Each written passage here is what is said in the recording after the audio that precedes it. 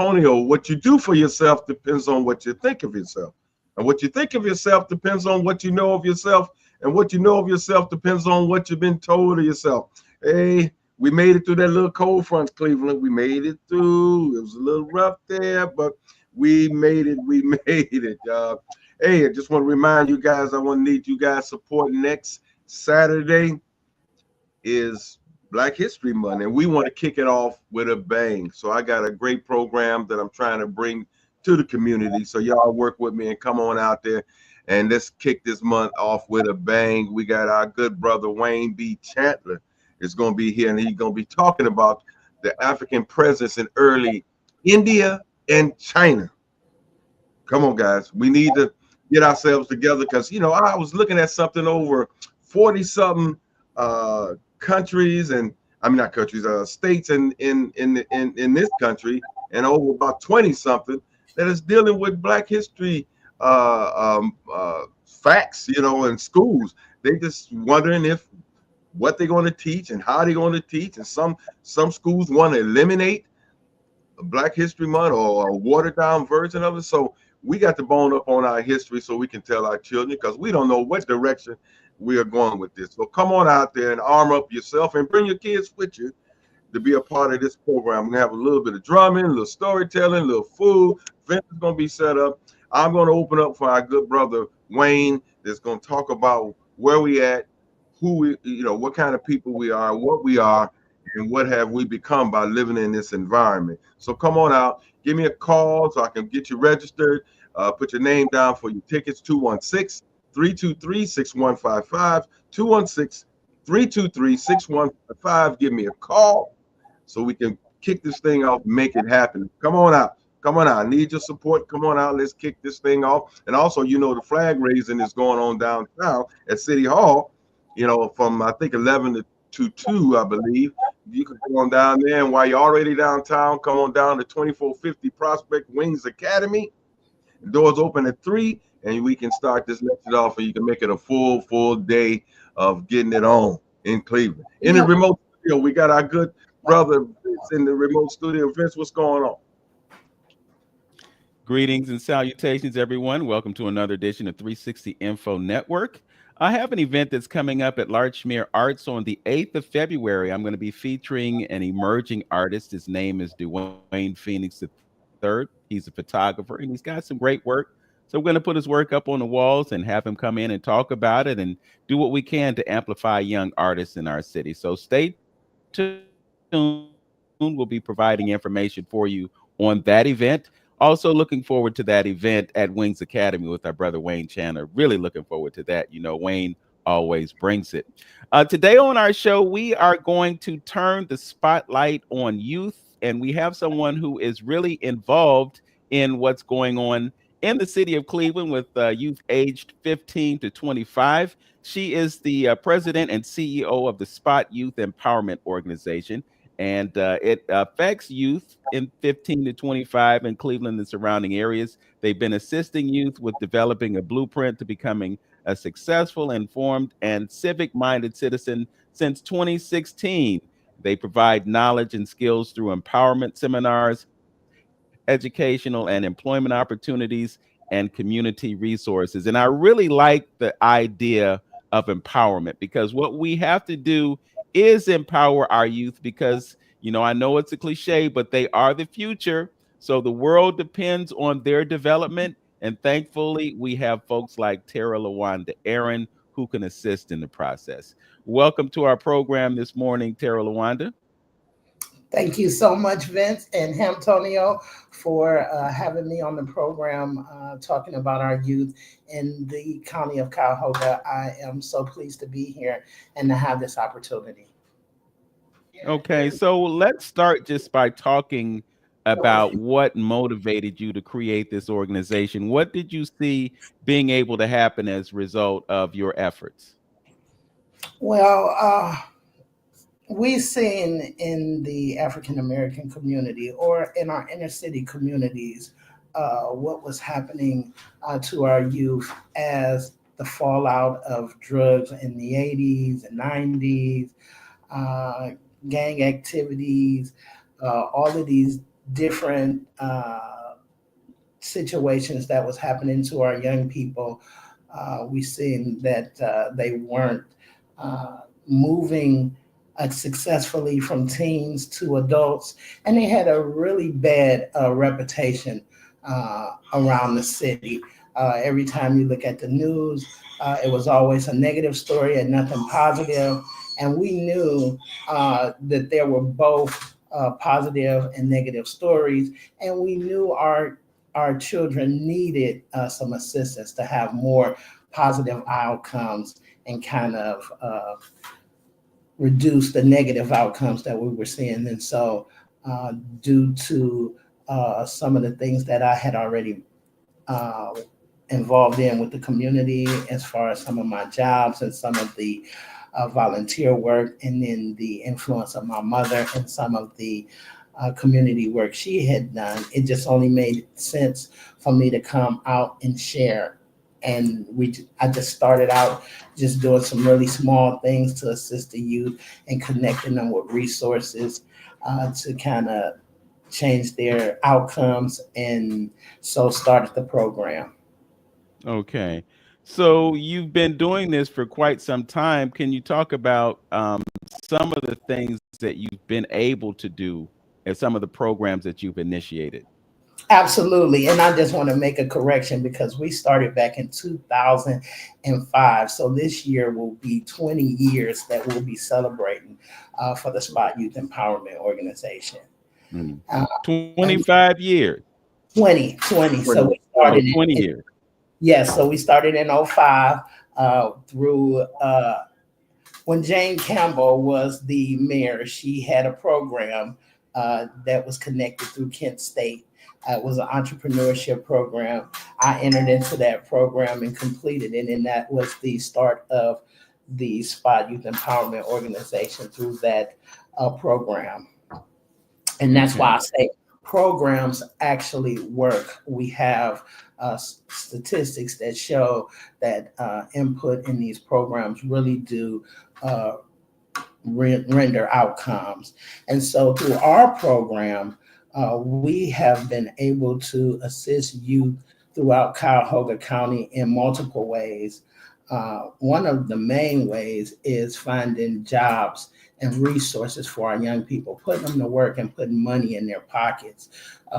We aim to do this through all of the programs that we initiate, all of our training and job programs.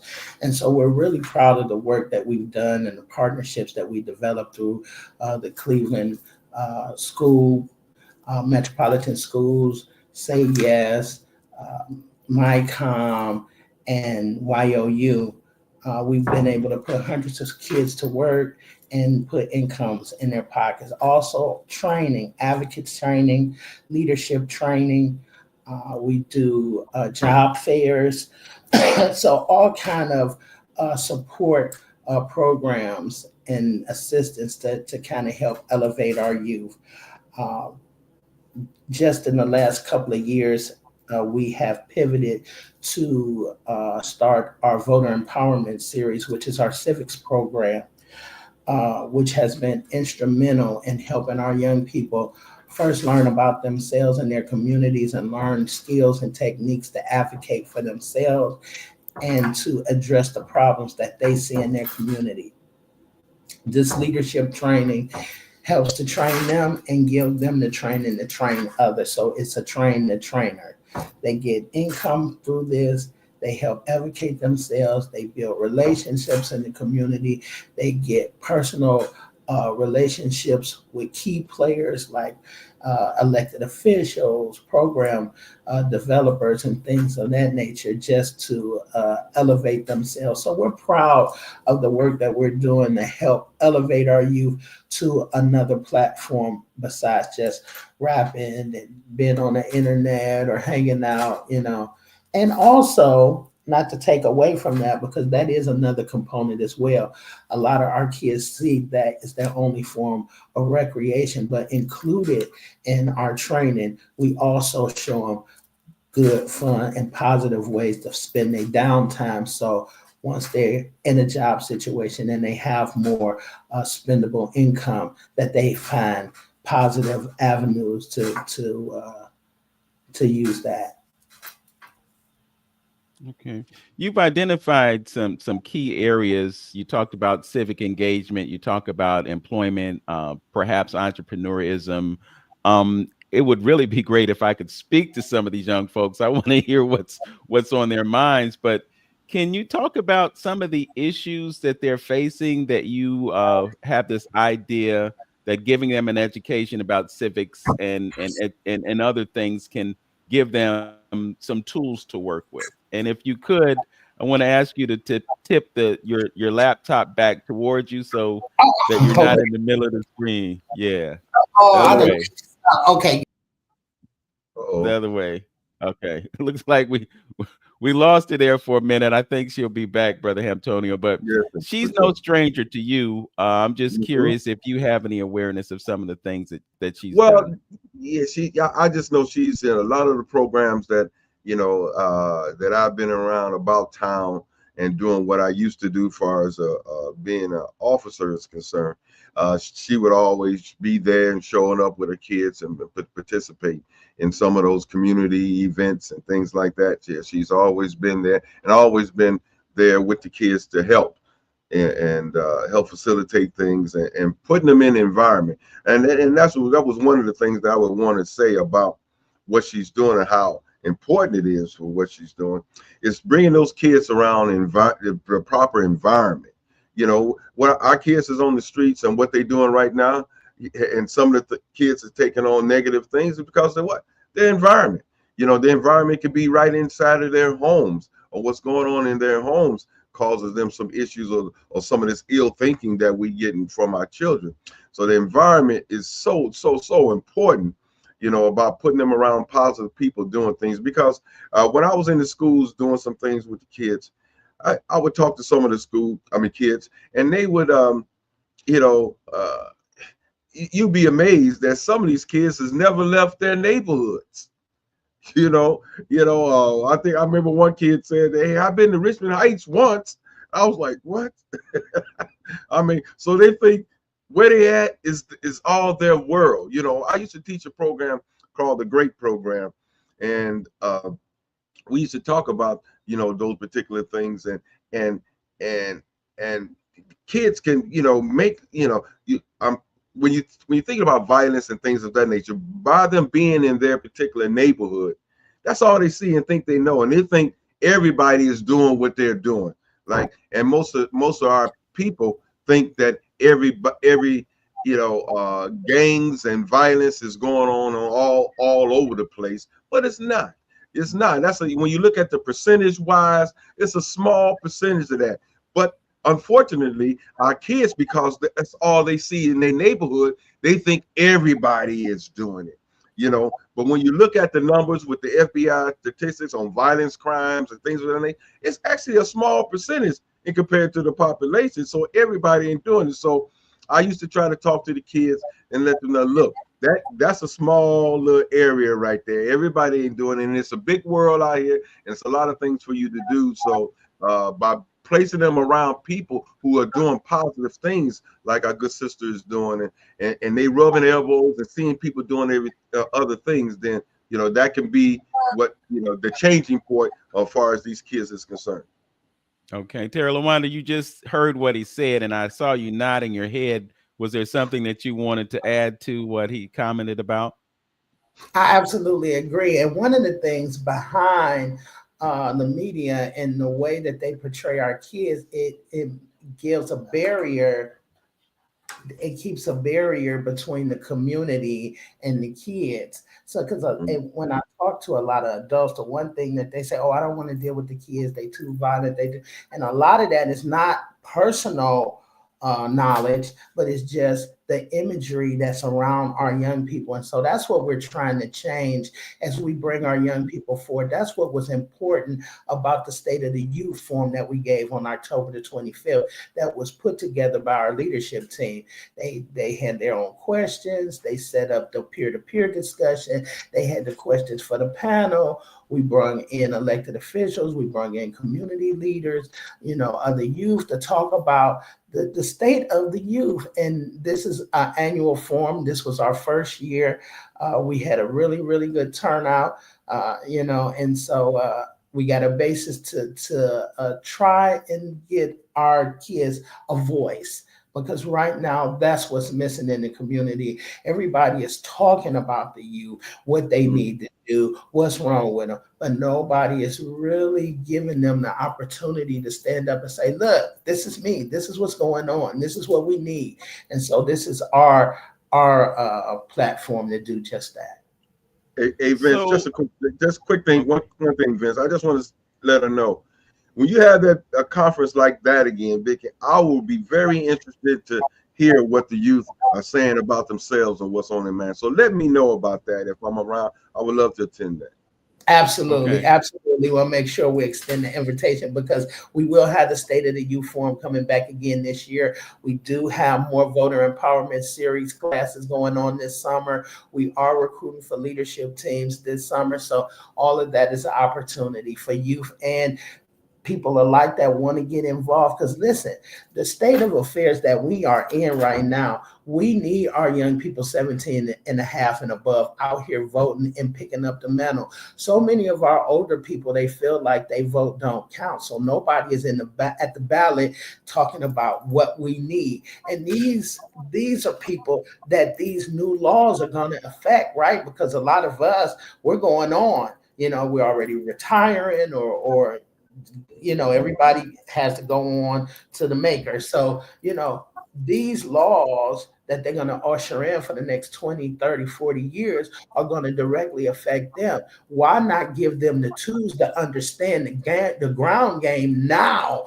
before it's needed, instead of waiting until they already grown and letting them do it on their own and make mistakes, because the mistakes are where we learn our biggest lessons. Once we make the mistake, we don't come in learning how to fly in flight. We learn by the mistakes that we make, and that helps us level up. And so this is the opportunity, the ground floor, for them to tear it up and make all the mistakes they need to make right here with the spot. So when they leave here, they elevated and they already in flight. So that's the point of the spot. So I want to go back to the summit that you had. You had a panel discussion. You had youth talking about issues. Can you talk about what those issues were? One of the main things that came out was, safe spaces.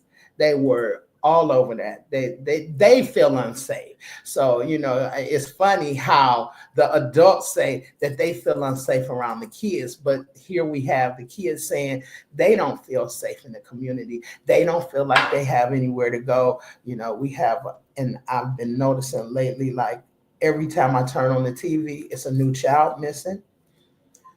We have a lot of things going on with the interaction with the police and the young people.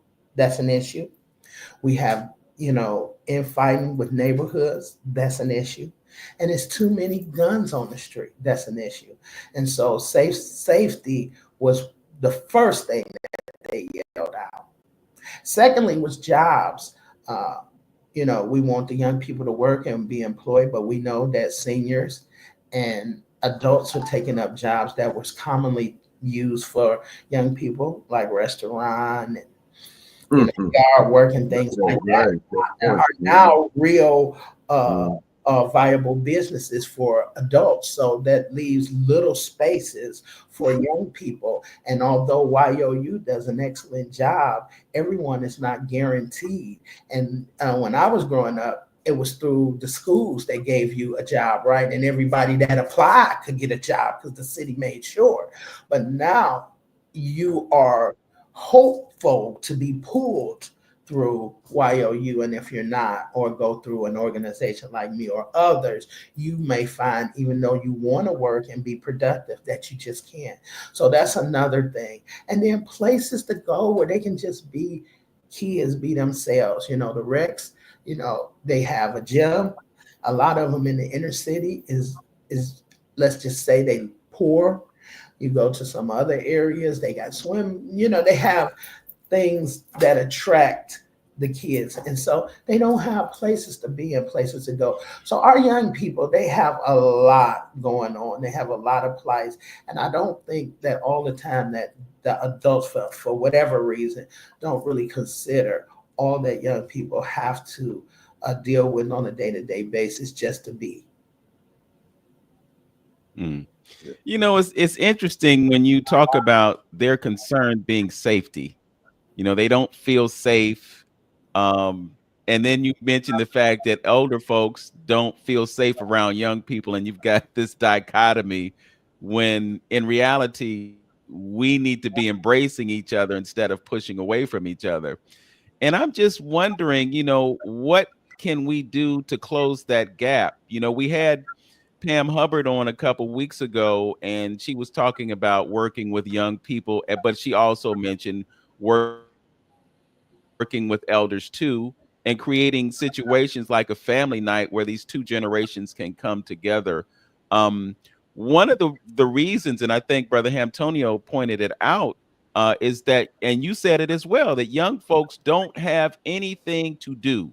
They don't have anywhere to go. And then on top of that, when we look at this job situation, and I'm glad you pointed that out, that the elders and the youth are competing for the same jobs, but at the same time, many of these jobs are disappearing because of automation. So they're going to have AI, and so there's going to be a lack of opportunity for them to have those jobs that are low hanging fruit, so to speak. Hmm. So I guess I'm coming to the idea that we have to create alternatives for them, even Mhm. if these institutions aren't giving us places for them to be. And I think that's one of the things that the spot is doing. If you got space and you can welcome young people and you can have conversations with them in which they're heard, you hear their concerns, you address their needs because you are aware of their needs, and that's how you develop these programs. What is your emphasis on entrepreneurism if you have one? Absolutely. Entrepreneurship is a must. Home ownership is a must. So we try to deal with the whole of the child, right? So we have programs. So we target the whole child, right? So we do jobs and resources, we do finances, you know, they even need to know contracting and rental agreements and all of these things. And these things are wrapped up in different classes and things that we do periodically over time. Each year we have a different focus that we pick up. This year is jobs and jobs and education. This year we'll have a job fair this year. Last year was civics. We still have the civics component because that is a piece that we're going to keep in year after year.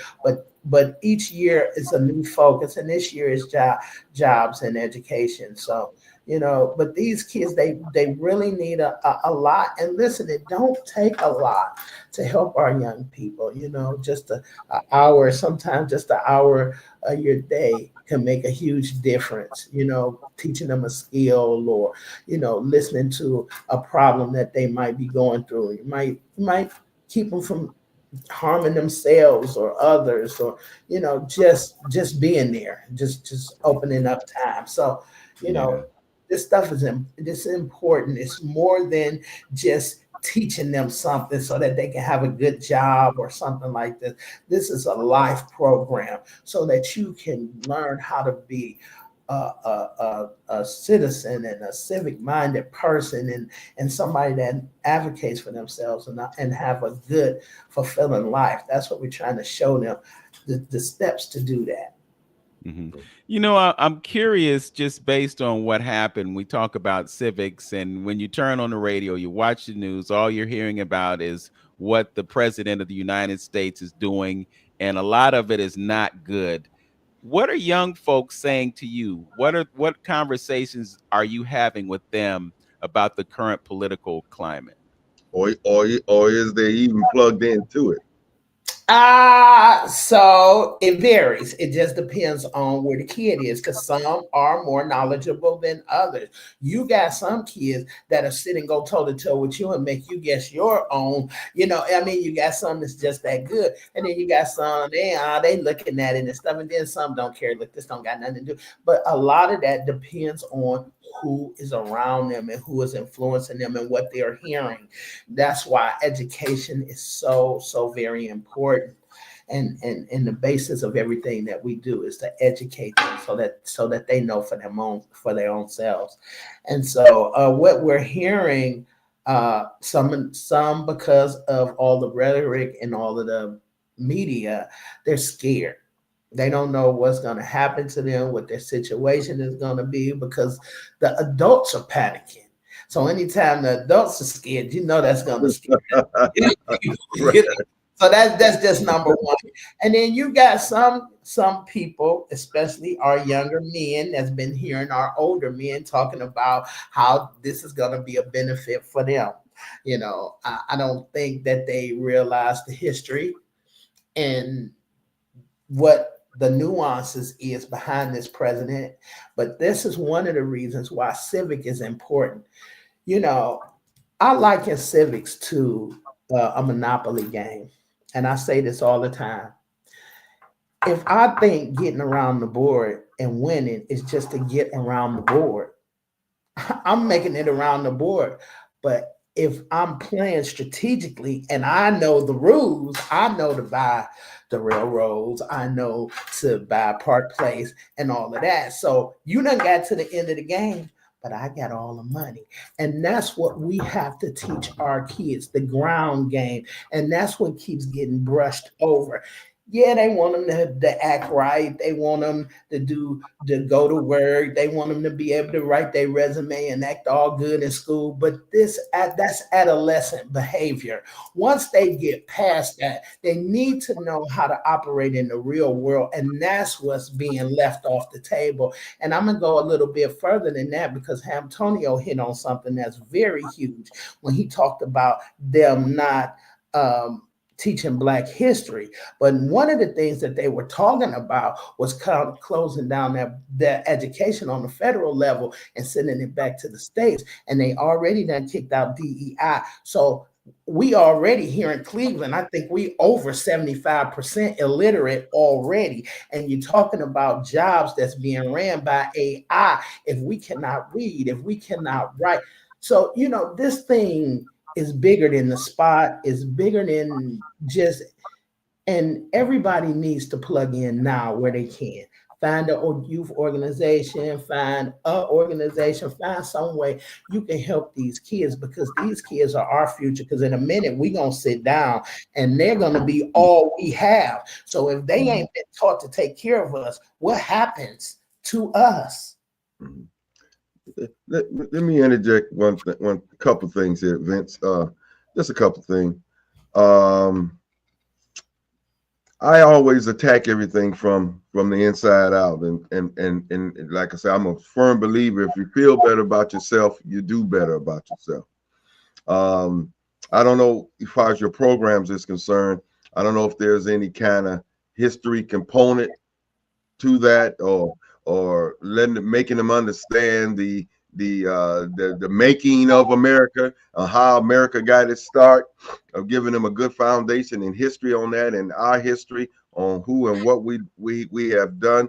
What I want to extend to you is some of your students that you think that may have the aptitude, maybe, and the patience, this maybe to sit down and listen to a lecture.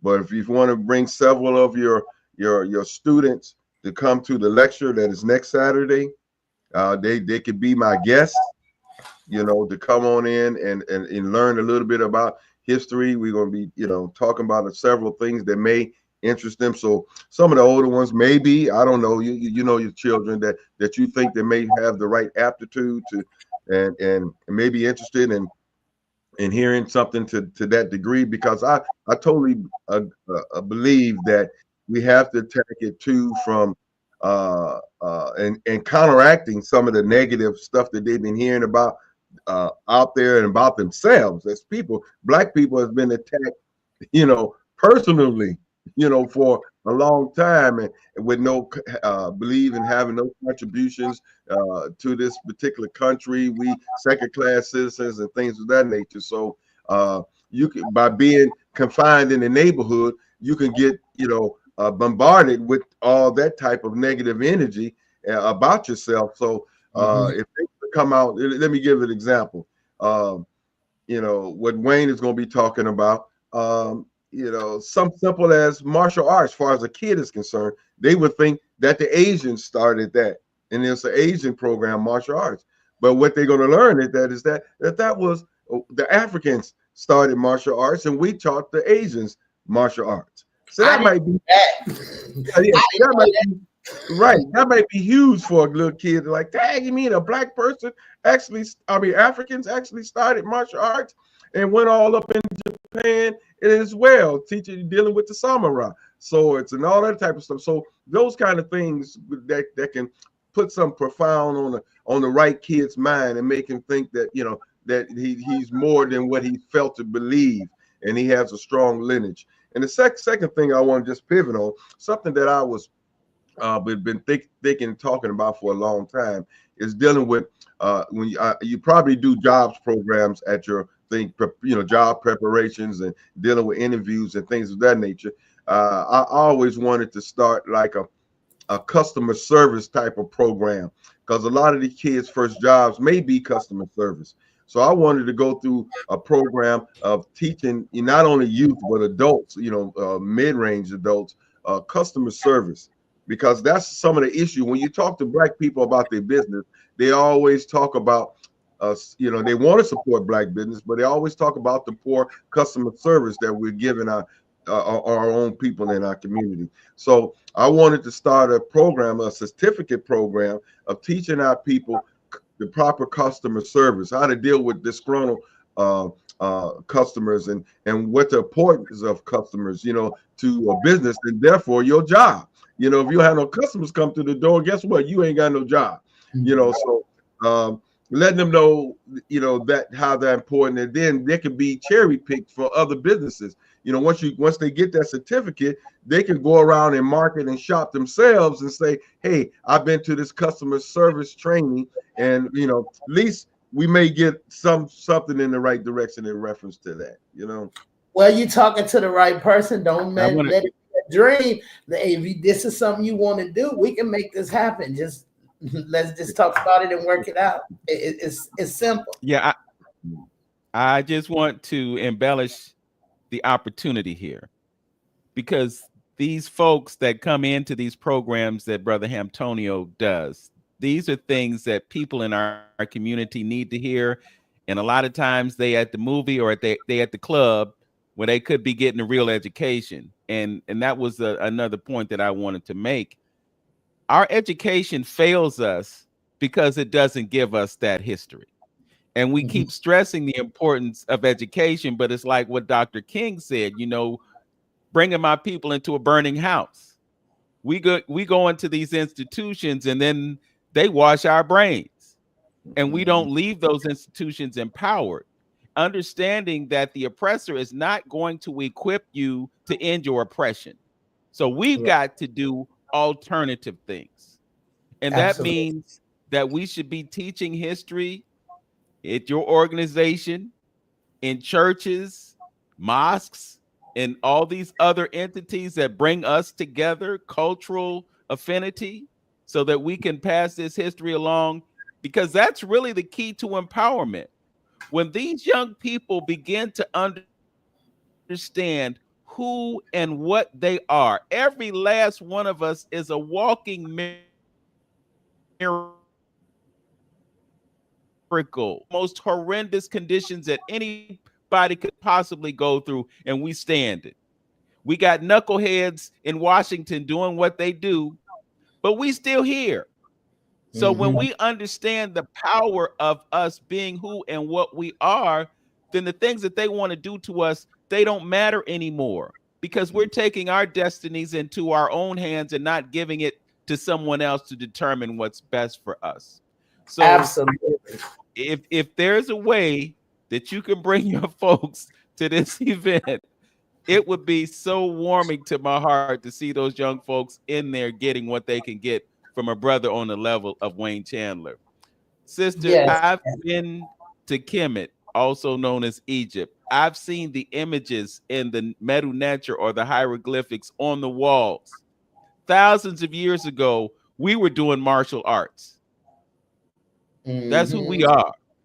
And those Yeah. things are things that are still in us. They just have to be brought out of us. So you have people like Wayne and others that can bring that out of you because it's already there.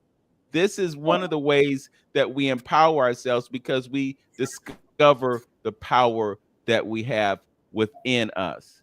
We've got a school, and just one Okay, moment.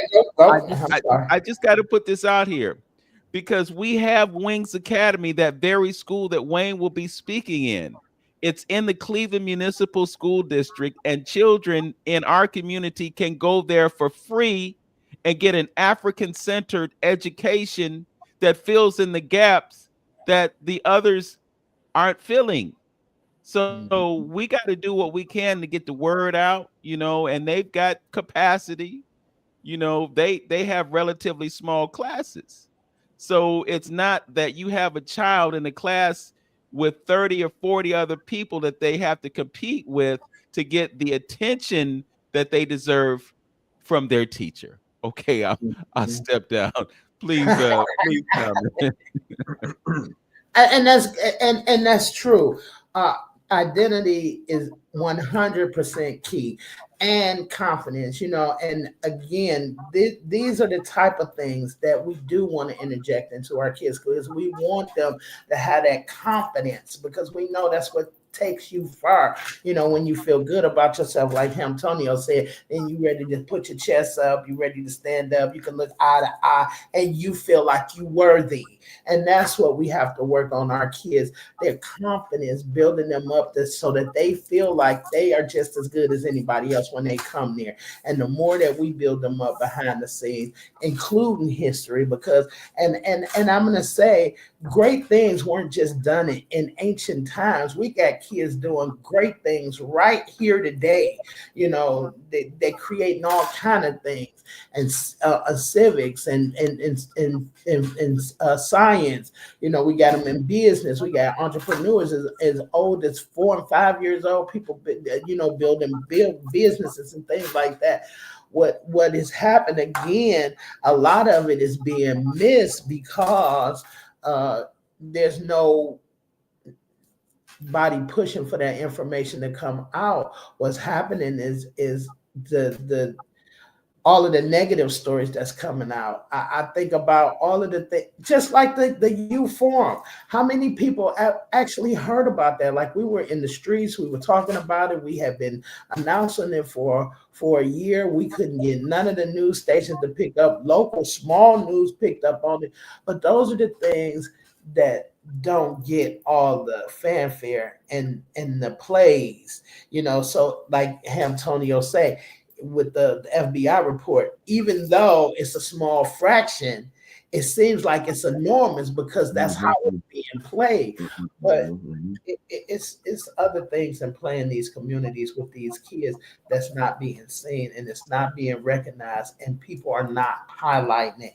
And then what I think, that, and this just gave me an idea, and maybe we could work with you all to maybe every month just highlight a young person as something that they're doing excellent in the community, because we need to see more imagery of our young people on the positive side instead of on the negative. It's too much of that. It's too much. Okay. So one of the other things that I do is I'm connected with the Cleveland Observer as a board member, and I do some writing and photography for them. And we had a meeting last week, and one of the things that came out in our meeting was that people are really interested in people in their communities. They want to hear success stories about people in their communities.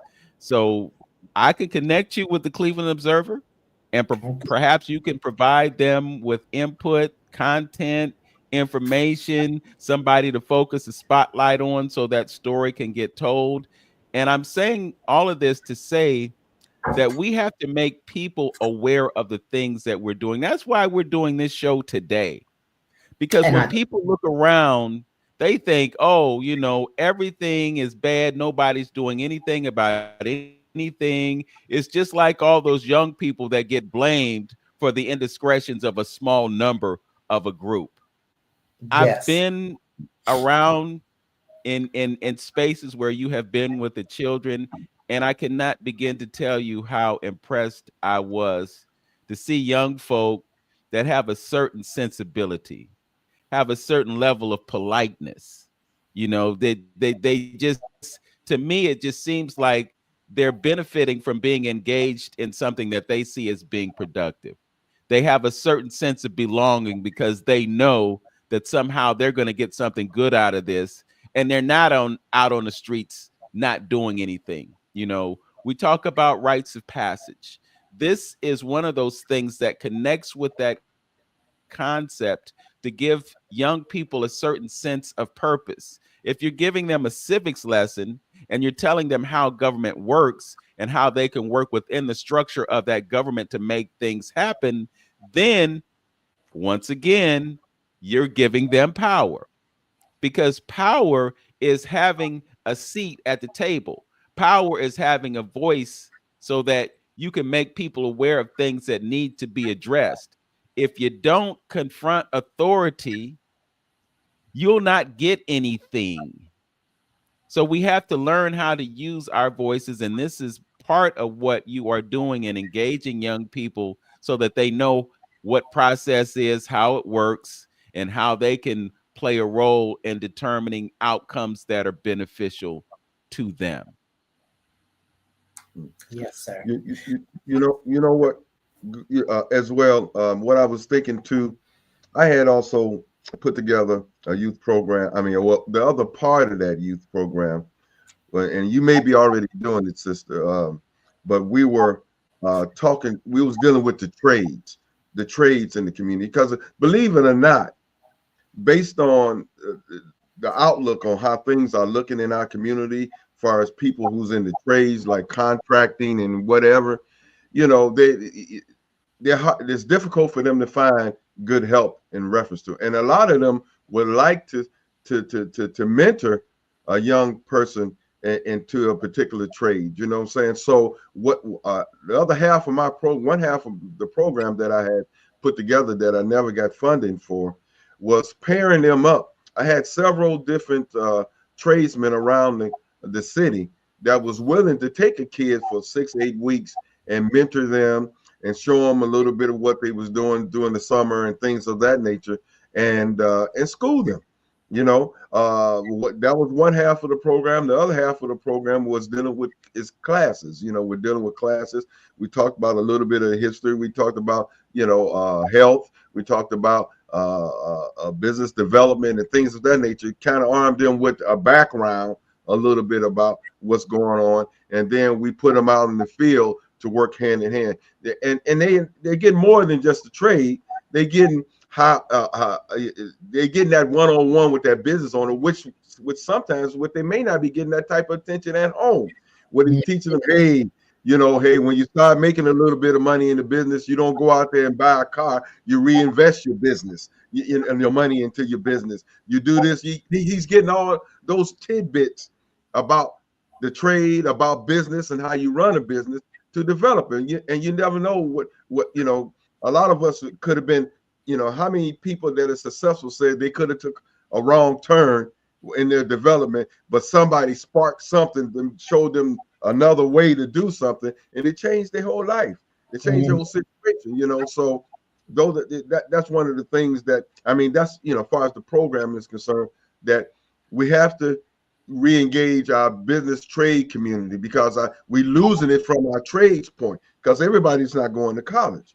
And right now, Cleveland Public Schools is a program is set up for college, and they don't have too much in as far as the trades programs is concerned, so that might be a way to, if you're not already doing it, I may be preaching to the choir, but a way of getting our business owner community, involved in with our youth, because it has to happen. Well, Absolutely. I'm going to say, yeah, I'm going to say this real quickly. In certain ways, education can be a trap. Just like he said, college isn't for everyone. And really, when you think about it, it's gain. College is gain because you spend all that money or you borrow all that money to go to school, and then you don't have a guaranteed job. How And many the working issue, out of there? yeah, How many people is not working, in the trade that they went to school for? I'm not. exactly. Exactly. And then the other thing is that there are too many schools. They don't have enough students for all the schools that they have. So they're telling folks at the university to imagine a smaller version of this because they've got empty classrooms, they've got empty buildings, and they don't have the money that they need to run these institutions. So I, Mm. I think, in a certain sense, we might be doing the wrong thing to encourage people to go to college if they're going down a path that's not going to serve them. You look at some of the richest people in this world. Bill Gates don't have a college degree, and he's a billionaire. And we have this idea that we go to school, we can make a lot of money, and we can be rich. But basically, what we're creating is a paradigm of debt, especially when we borrow money to go to school and we serve that debt for the entirety of our lives. And then some people transition and they leave their children with that debt. That's really an Mhm. insult to them. So we really got to rethink things. I was in a board retreat yesterday for the Assembly for the Arts, and there were people who were corporate folk, and they were reacting to the fact that the president wants to dismantle all this DE&I on a federal level. And on the other hand, you've got corporations that see the benefit of it and they want to continue it, but they're being told, hey, y'all can't do that no more. Mm. So what are we going to do when we don't have measures in place like affirmative action and other things to create opportunity for us? It's like they want to whisk away any potential opportunity that we can have. So what we have to do is not react. We have to create our own opportunities. There you go. So that young person comes up, they create a business, they employ somebody else. You ain't got to worry about affirmative action. Your action is already affirmative. You create opportunity. You're listening to 360 Info Network right here on AM 1490 WERE. Our guest is Teralawanda Aaron. She is the founder, the president, and CEO of the Spot Youth Opportunity or Youth Empowerment Organization. And they are empowering youth in our community. I just want to remind you that you can view this program on YouTube, on my YouTube channel, on the Journey with Antonio. And when you go to these YouTube channels, please like, comment, subscribe, hit that notification bell. So when we do another broadcast like this, you will get a notification. Also, we want you to go to the Spot Youth Empowerment Organization website. You can go there to the spotYEO.com. And you can also give them a call at 216-323-6049, and you can get plugged in. And you don't have to be a young person. You can be an elder who wants to contribute in some way. I'm sure you can use assistance from our elders in the community. They have wisdom to share with young people, and you'll get the benefit of that wisdom once that connection is made.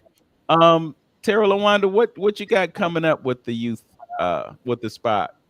So right now we're finishing up Project Warm.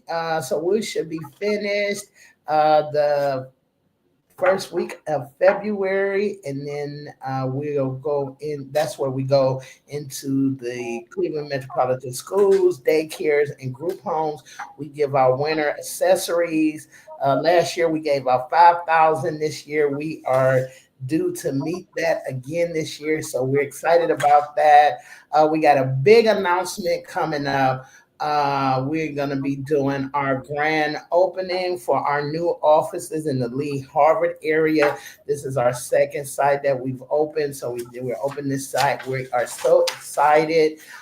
We have postponed our radio show because we are going to be coming out with some new things surrounding the radio show. So that is coming up, and our leadership training this summer. So we are starting to recruit in February for our leadership training. Leadership training will start the first week in June. So we are recruiting now for leadership training and summer jobs. Okay. And So does that mean that you're leaving the place? I'm assuming it was East 152nd Street. no, actually it's we have another location at Temple of Praise Seventh Day Adventist Church on Green Road, 1985 Green, and then this we will still have the so the spot is county-wide, so we have programs in the neighborhood. We take our programs into the neighborhood. So instead of having the kids come follow us everywhere we go where they are. So we have three targeted neighborhoods that we're focusing on this year, which is Mount Pleasant, Kinsman, um, East Cleveland, which includes St. Clair Superior, and then Lee Harvard. So those areas where we have office presence, we'll be doing some really big programming in those areas as far as the leadership team. So we're going to be doing some recruiting. Okay.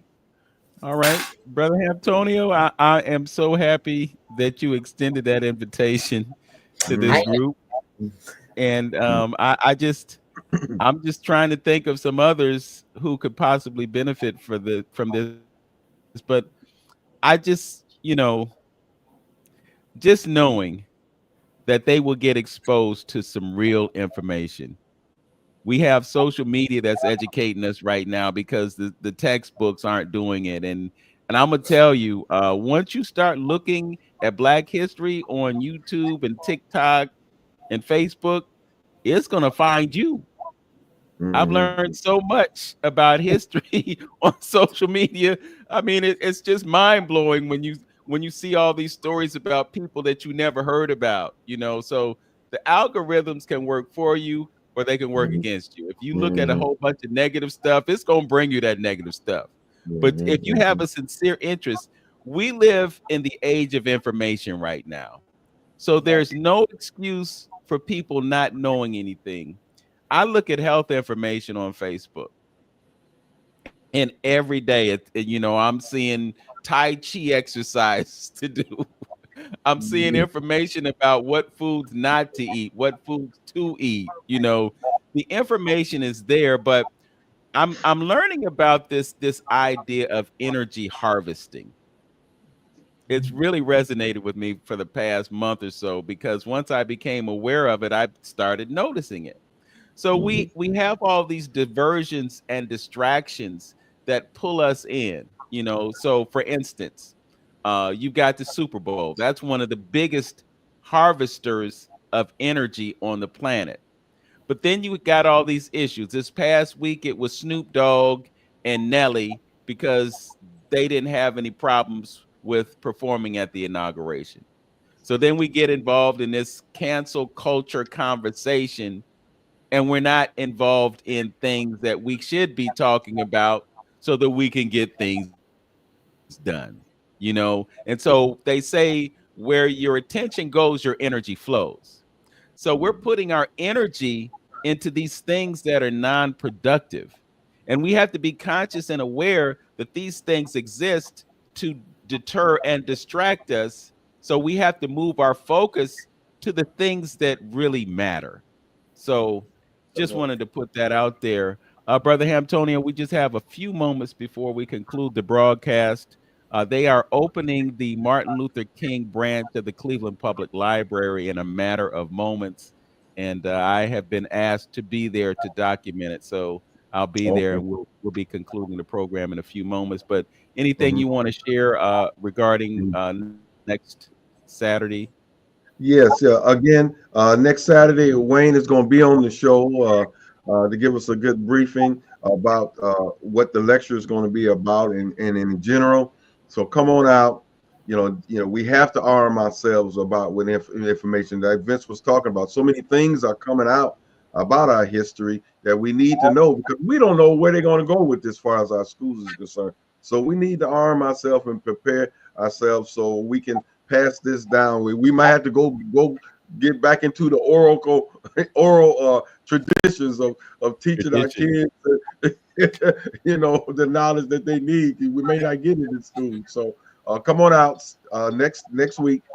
Give me a call 323-6155 323-6155 to get your tickets. This will be a nice time. The tickets are $20 or 25 at the door. So call me. I'll put you on the list. And again, sister, I extend that out. You get you some youth you want to come in, just let me know. Yes, sir. Yeah. I definitely will. We're gonna get some of them out there too. Mm. Yeah. And just so you know, the oral tradition still is in full effect. The oral tradition Mm. is every time I'm on the phone with my mother, we're engaged in the oral tradition because I'm listening. And the beauty of it is that my mother's memory is a lot better than mine. So if I have to Whoa. remember something that happened in my childhood, I can say, "Mom, what happened then?" It's the oral tradition in full effect. Mm. It's also an opportunity for us to pass down those family gems, those family heirlooms, so to speak. Because the only way that you can connect with your family history is through your family, or you got to be plugged into some kind of entity that can give you statistics and entries in a log book, or they look up birth certificates, death certificates, and stuff like that. But those things don't tell the story the way grandma can tell the story. So we have to be looking at connecting with our elders and elevating them to understand that, first of all, they're what's in between us and the great beyond. Mm-hmm. So for that reason alone, they have a special place in our lives. We have to elevate, lift them, honor them, and then carry out their wishes. That's our mission in life, and make sure that they have a peaceful transition into the next chapter. Teralawanda, it's been great to have you on the show today. We really appreciate you, and we will share the information and the word. We will also take this opportunity to shout out our engineer, Tone Harley. Again, big ups, Tone. You make it happen for us. We've taken it to the next level, and we owe a lot of that success to you. As always, know yourself, love yourself, be yourself, do everything that you can to make today your absolute best day. Peace, everyone. Peace. Thank Peace. you. Thank you. Mhm.